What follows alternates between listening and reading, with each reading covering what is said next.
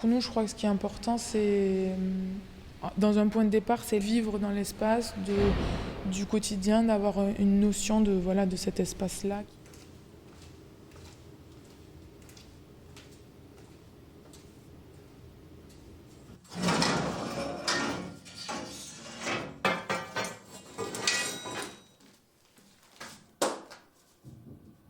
Et on vient toujours avec un vocabulaire qui nous est propre et des formes, c'est-à-dire qu'effectivement, on travaille toujours depuis un moment avec du métal, avec des roulettes en verre, il y a des choses qui reviennent, mais ce vocabulaire-là et ces formes-là, elles viennent avec nous et elles viennent dans un contexte, dans un environnement, dans un lieu. On montre quelque part une dysfonction de la fonction avec des roulettes qui sont en verre, qui sont très fragiles, qui sont pas maniables, qui vont que dans un sens. C'était potentiellement si un bois était soulevé, ou une structure avec les fameuses pierres, le corps de pierre.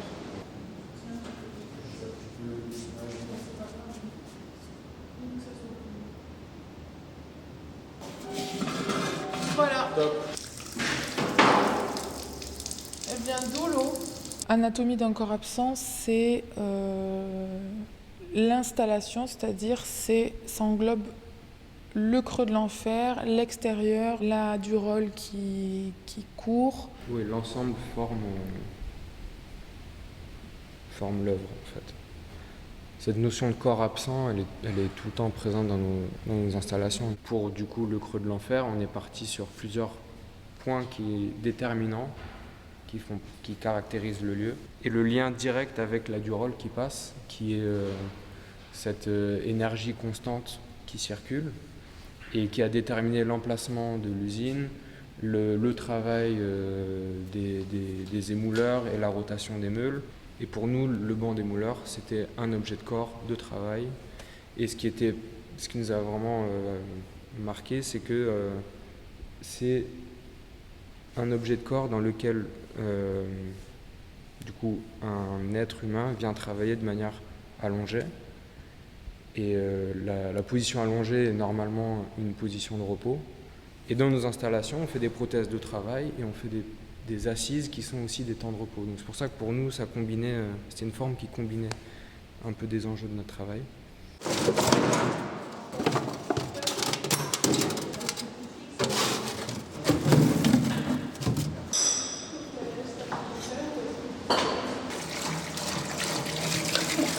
L'eau de la Durole, elle est d'une certaine manière injectée directement et elle participe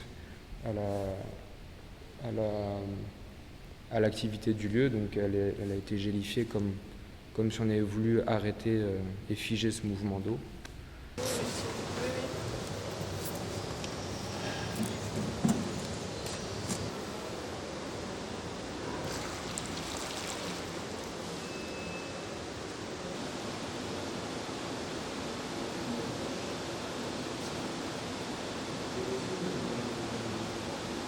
On travaille avec un verrier qui est à Nantes, avec qui on discute du projet et on est là on l'a fait avec lui.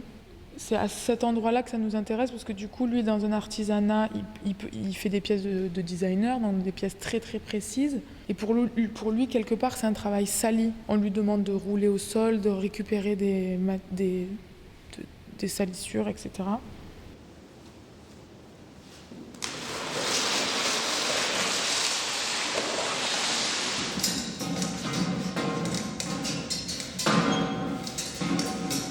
Ce qui nous intéresse aussi, c'est de construire des situations qui sont transitoires en fait, où on n'arrive pas forcément à cerner quelle est la temporalité, si c'est figé, si c'est en attente, si ça va être réactivé.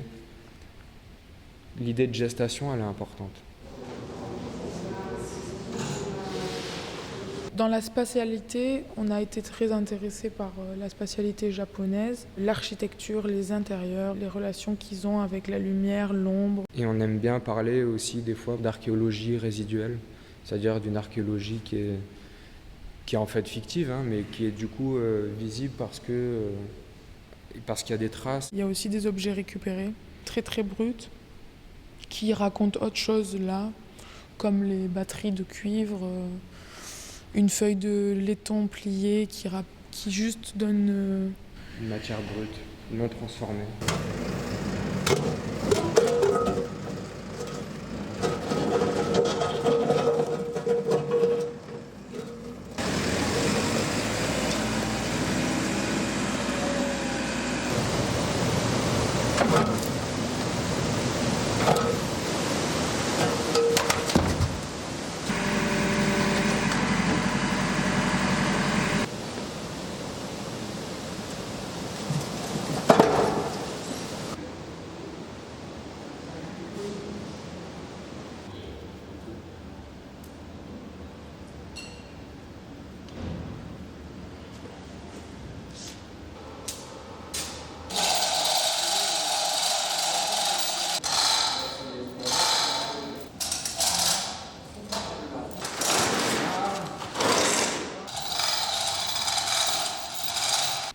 Il y a dans notre travail la notion de doute et d'incertitude qui est complètement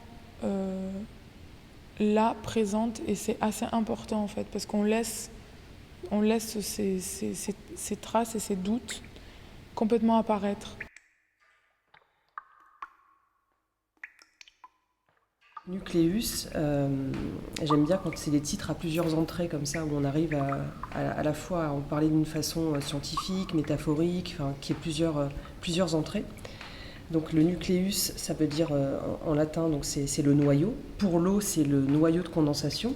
On peut en parler en archéologie préhistorique, en cytologie, et on a aussi l'idée, on pense à nucléaire aussi quelque part, d'une nuée aussi, une nuée d'oiseaux figés, là on est sur ces flèches comme ça, arrêtées. Dans mon travail en général, j'aime bien être vraiment dans un échange avec le lieu. Je parle souvent de confrontation au lieu, mais de le révéler aussi. Donc je pars soit d'une contrainte ou soit d'un élément d'architecture ou de l'histoire. Et là c'est vrai que le rocher, pour moi c'est l'acteur principal en fait de cet espace-là. Donc c'était aussi le mettre en valeur et pas vouloir résister avec lui en fait, mais plutôt essayer de trouver un dialogue. En travaillant ces flèches, ça m'a paru évident en fait d'avoir un côté plus préhistorique, de faire revivre en fait une sorte de scène de chasse qui serait figée comme ça dans le temps. Ça serait plutôt ce rocher qui serait comme une sorte de présence vivante.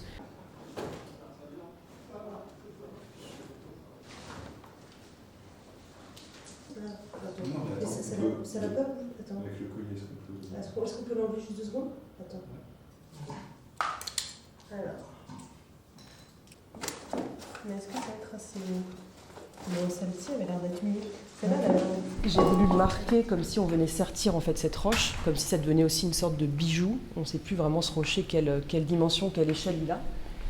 Et donc c'est serti avec ce laiton où l'eau arrive en fait et circule et reprend aussi un réseau. Donc je me suis appuyée sur les fissures de la roche pour venir à la fois disparaître dans la roche et en même temps la faire briller avec le laiton et signifier que l'eau circule à ces endroits-là. Et donc là où les flèches sont plantées dans la roche, on a le goutte à goutte. Les tuyaux, c'est un truc qui me passionne parce que là aussi, on ne sait pas où ça va, où ça part. C'est un peu comme dans un coquillage. Donc j'aime beaucoup les tuyaux en fait. Après, le laiton pour celle-ci, je voulais vraiment qu'il y ait quelque chose de... Quand je parlais de sertissage, on est un peu dans l'orfèvrerie, quoi. Le damas, c'est ça aussi, on est sur du détail. Il faut vraiment regarder de très près pour voir le motif. Fulgur, c'est le nom du dieu de la foudre. Et en fait, donc, le damas, ça m'a beaucoup intéressée. Et à un moment donné, j'ai compris que plus on laissait dans l'acide l'acier, plus on venait le ronger et le bouffer, en fait, pour avoir presque de la dentelle. Donc c'est évidemment ce que ne recherchent pas du tout les pouteliers. Mais cette pièce-là, je voulais vraiment montrer en fait une temporalité, comme une ligne temporelle en fait, passer de l'aspect très brillant, parce qu'au départ on est sur l'acier en fait, renferme quelque part ce motif du damas, comme il est enchevêtré sur lui-même, et c'est vraiment la révélation de l'acide qui va permettre de faire apparaître le motif. Donc j'aimais bien cette idée un peu d'un secret comme ça dans la matière.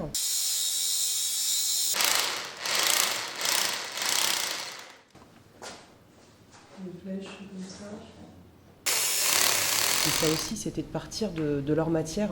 Et je fais jamais ça d'habitude, je pars toujours d'une idée. Et j'essaie de développer, de trouver les moyens de la réaliser. On n'a jamais vraiment d'idées par hasard, c'est forcément des choses qu'on a vues, qu'on a croisées. Et j'aime bien essayer de...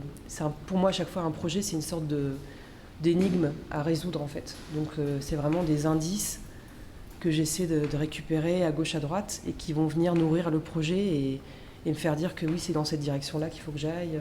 Et quand j'ai pensé à ce rocher, quand tout a commencé à se mettre en place, effectivement, ce réseau, cette chevelure qu'on voit sur cette carte postale, c'est devenu évident qu'on était face à ce rocher, en fait.